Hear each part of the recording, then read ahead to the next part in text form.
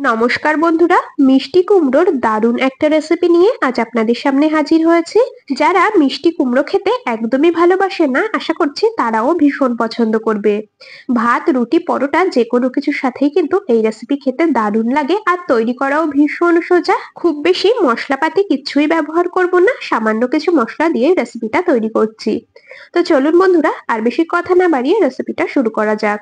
সবার প্রথমে এখানে আমি ওই মোটামুটি 500 গ্রামের মতো এক ফালি মিষ্টি কুমড়ো নিয়ে নিয়েছি। তবে পুরো কুমড়োটা দিয়ে রেসিপি তৈরি করব না, কুমড়োটাকে অর্ধেক করে কেটে অর্ধেকটা সরিয়ে রেখেছি, আর বাকি অর্ধেকটা দিয়ে আজকে রেসিপিটা তৈরি করছি। কুমড়োর দানার অংশ থেকে কেটে কিছুটা বাদ দিয়ে নিয়েছি। আর এখন দেখুন, কুমড়োটাকে 2 ফালি করে কেটে নিয়ে খোসা পিলারের সাহায্যে একদম হালকা করে ছাড়িয়ে নেব। খুব বেশি কুমড়োর খোসা ছাড়াবার দরকার নেই, আর যদি একেবারে কচি কুমড়ো হয় তবে খোসা না ছাড়িয়েও কিন্তু রেসিপি তৈরি করতে পারবেন। তো আমি হালকা করে কুমড়োর খোসা ছাড়িয়ে নিয়েছি, আর এখন কুমড়োটাকে ডুমো ডুমো করে কেটে নেব। কুমড়োটা আমি কাটতে থাকি, আর এই সময়টা অবশ্যই কিন্তু আপনারা আমাকে কমেন্টসে জানিয়ে যাবেন আপনারা কে কোন জায়গা থেকে আমার আজকের এই রেসিপিটা দেখছেন, তবেই না আমি আপনাদের কমেন্টসে ধন্যবাদ জানাতে পারবো। এইরকম ভাবে পুরো কুমড়োটাকে কেটে নিয়ে তারপর আপনাদেরকে দেখাচ্ছি। দেখুন বন্ধুরা, কুমড়োটাকে ঠিক এইরকম ছোট ছোট ডুমো ডুমো করে কেটে নিয়েছি। কেটে নেওয়া কুমড়োটা একটা পাত্রে ধুয়ে নেব, আর আরো একবার পরিষ্কার করে কুমড়োটাকে ধুয়ে নেব। কেটে নেওয়া কুমড়োগুলোকে একটা পাত্রে তুলে নিয়েছি, আর এখন এটাকে সাইডে সরিয়ে রাখবো। আর এখানে দেখুন, একটা বেশ বড় সাইজের আলুকে কুমড়োর মতোই ছোট ছোট ডুমো ডুমো করে কেটে নিয়েছি খোসা ছাড়িয়ে। আলুটাকেও পরিষ্কার করে ধুয়ে নিয়েছি। এটাকেও সাইডে সরিয়ে রাখবো। রান্না করার জন্য ওভেনে বসিয়েছি একটা কড়াই। কড়াই খুব ভালো করে গরম করে নিয়েছি, এর মধ্যে দিয়ে দিলাম পরিমাণ মতো সর্ষের তেল।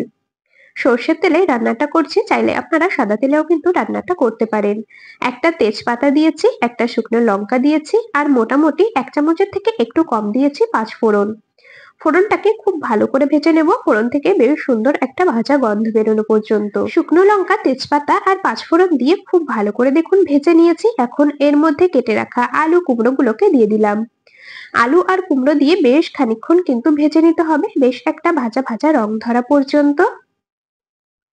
আর বন্ধুরা, আপনাদের কাছে আরো একটা রিকোয়েস্ট, যদি চ্যানেলে নতুন বন্ধু হয়ে থাকেন অবশ্যই কিন্তু চ্যানেলটি সাবস্ক্রাইব করে রাখবেন। আর যদি রেসিপিটা দেখে আপনাদের একটুও ভালো লেগে থাকে অবশ্যই কিন্তু ভিডিওটিতে একটি লাইক আর বন্ধুদের মধ্যে অনেক অনেক শেয়ার করে দেওয়ার অনুরোধ রইল।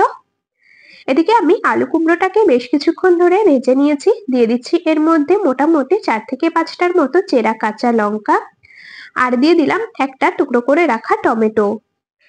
এখানে আপনারা রেসিপিটা যেই রকম ঝাল তৈরি করবেন সেই অনুযায়ী কাঁচা লঙ্কার পরিমাণ কম বেশি করে দিয়ে নেবেন। এখানে আমি কাঁচা লঙ্কা আর টমেটো দিয়ে আবারও কিন্তু খুব ভালো করে নেড়েচেড়ে মিশিয়ে নিলাম। স্বাদ মতো এখন দিয়ে দিচ্ছি লবণ, আর দেবো পরিমাণ মতো হলুদ গুঁড়ো। আর কালারের জন্য দিয়ে দিচ্ছি ওই মোটামুটি 1/2 চামচের মতো কাশ্মীরি লাল লঙ্কার গুঁড়ো। চাইলে আপনারা এটা স্কিপ করতে পারেন। গুঁড়ো মশলাগুলোকে দিয়ে আবারও খুব ভালো করে আলু কুমড়োর সাথে মিশিয়ে নেব, আর এরকম ভাবে আরো মোটামুটি মিনিট খানিকের মতো কষিয়ে নিয়েছি। সমস্ত কিছু খুব ভালো করে ভেজে কষিয়ে নিয়ে এর মধ্যে পরিমাণ মতো দিয়ে দিলাম জল। আলু কুমড়ো কষিয়ে নিতে নিতেই কিন্তু অনেকটাই সেদ্ধ হয়ে গেছে, তো সেই বুঝে এখানে জল ব্যবহার করবেন। রেসিপিটা একটু আমি ঝোল ঝোল রাখবো, সেই অনুযায়ী এখানে জল দিলাম। আর এখন একটা ঢাকনা দিয়ে কিছুক্ষণের জন্য রান্না করে নেব। গ্যাসের এক পাশের ওভেনে তরকারিটাকে ঢাকা দিয়ে কিছুক্ষণের জন্য রান্না করে নিচ্ছি, আর আরেক পাশের ওভেনে একটা তড়কা প্যান বসিয়ে দিয়েছি। প্যানটা খুব ভালো করে গরম করে নিয়ে 1 চামচ এর মধ্যে দিয়ে দিলাম 5 ফোড়ন। গ্যাসের ফ্লেম মিডিয়ামে রেখে 5 ফোড়নটাকে হালকা করে ভেজে নেব। তবে খুব বেশি সময় কিন্তু 5 ফোড়ন ভাজবেন না, তাহলে 5 ফোড়নটা পুড়ে যাবে আর মশলাটা কিন্তু একেবারেই তেতো লাগবে। 5 ফোড়নটাকে ড্রাই রোস্ট করে নিয়েছি, আর এখন এটাকে একটা বাটির মধ্যে নামিয়ে নিলাম। 5 ফোড়নটা একদম মিহি করে এখন গুঁড়ো করে নেব। চাইলে আপনারা শিলনোড়াতে বা হামানদিস্তাতে গুঁড়ো করে নিতে পারেন। আমি শিলনোড়াতে দিয়েই সুন্দর করে গুঁড়ো করে নিয়ে তারপর আপনাদেরকে দেখাচ্ছি। দেখুন বন্ধুরা, ড্রাই রোস্ট করে নেওয়া 5 ফোড়ন ঠিক এইরকম ভাবে গুঁড়ো করে নিয়েছি। যতটা সম্ভব গুঁড়ো করে নেওয়া যায় গুঁড়ো করে নেবেন। গুঁড়ো করে নেওয়া 5 ফোড়নটাকে এখন সাইডে সরিয়ে রাখবো। আর আবারও চলে এলাম ওভেনের কাছে। ঢাকাটাকে খুলে নেব। মোটামুটি আমি তরকারিটা 3 থেকে 4 মিনিটের মতো গ্যাসের ফ্লেম মিডিয়ামে রেখে রান্না করে নিয়েছি। আর দেখুন, আলু আর কুমড়ো কিন্তু একদমই পুরোপুরি সেদ্ধ হয়ে গেছে। আর রেসিপিটা আমি একদমই শুকনো শুকনো করে তৈরি করছি না, মোটামুটি একটু ঝোল ঝোল রেখেই তৈরি করব। রান্নাটা আমাদের প্রায় হয়ে এসেছে। এখন এর মধ্যে দিয়ে দিচ্ছি ড্রাই রোস্ট করে নেওয়া মসলা।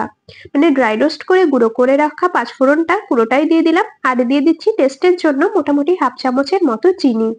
যেহেতু নিরামিষ রেসিপি আর কুমড়োর রেসিপি, এতে অল্প একটু চিনি দিলে এর স্বাদটা অনেকটাই বেড়ে যাবে। যারা আপনারা চিনি খেতে একদমই পছন্দ করেন না তরকারিতে, তারা কিন্তু স্কিপ করতে পারেন। গুঁড়ো মশলা আর চিনি দিয়ে খুব ভালো করে নেড়েচেড়ে মিশিয়ে নিয়েছি। আর এখন আরো মিনিট খানিকের মতো গ্যাসের ফ্লেম হাইতে দিয়ে তরকারিটা ফুটিয়ে নিয়েছি। রান্না আমাদের একদমই কমপ্লিট হয়ে গেছে। গ্যাস অফ করে দিয়ে এখন এটাকে একটা বাটিতে পরিবেশন করে নিচ্ছি। বন্ধুরা, দেখতেই তো পেলেন কত অল্প মশলা দিয়ে দারুণ একটা রেসিপি তৈরি করে নিলাম। আপনারা অবশ্যই কিন্তু বাড়িতে একবার হলেও এই রেসিপিটা ট্রাই করে দেখতে পারেন। আশা করছি ভীষণ ভালো লাগবে। আর রুটি পরোটার সাথেও কিন্তু এই কুমড়োর রেসিপি খেতে দুর্দান্ত লাগে। আপনাদের রেসিপিটা কেমন লাগলো অবশ্যই কিন্তু কমেন্টসে জানিয়ে যাবেন। তবে আজ এখানেই শেষ করছি। আবার দেখা হবে পরবর্তী কোনো রেসিপির সাথে। ততক্ষণ সকলে ভালো থাকবেন, সুস্থ থাকবেন।